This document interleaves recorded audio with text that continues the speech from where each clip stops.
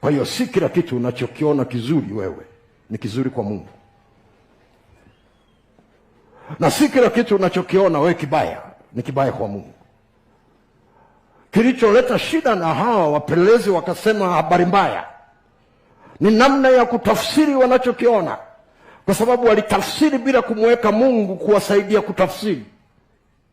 Wakatafsiri kwa tafsiri ya kwao, kwa kitu kilichokuwa ndani cha kuwasaidia kutafsiri. Sasa kama asubuhi yao ilikuwa imeshikwa na waovu, uwe na uhakika watatafsiri kwa namna ambavyo hawatapata nguvu ya kuelekea Kanani. Hawatapata. Ukipata kitu kingine kinachokutafsiria juu ya kesho yako, juu ya leo yako, na sio kitu cha Mungu, uwe na uhakika kitakunyonya nguvu ndani yako na kukukatisha tamaa.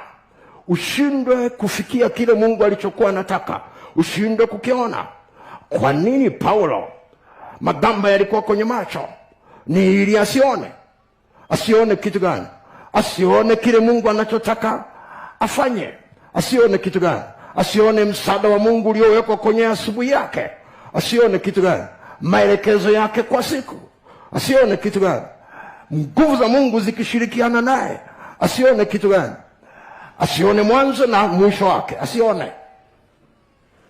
Ndio maana Paulo anapomaliza anasema mwendo nimemaliza. Yesu anapomaliza kazi yake anasema Baba, kazi ulionipa nimemaliza. Sikuacha njiani, sikuacha nusu nusu.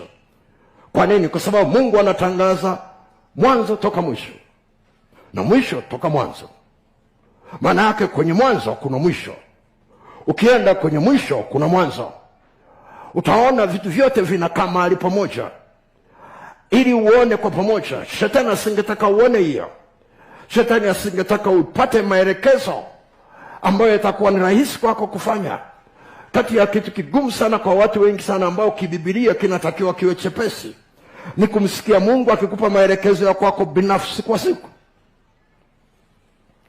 Kwa sababu baraka zako ambazo Mungu amekupangia ziko mwisho wa utii wako, maelekezo.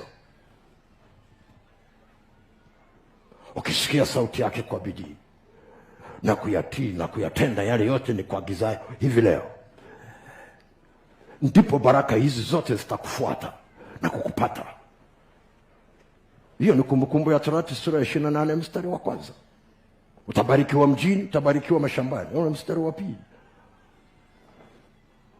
Bwana Yesu asifiwe.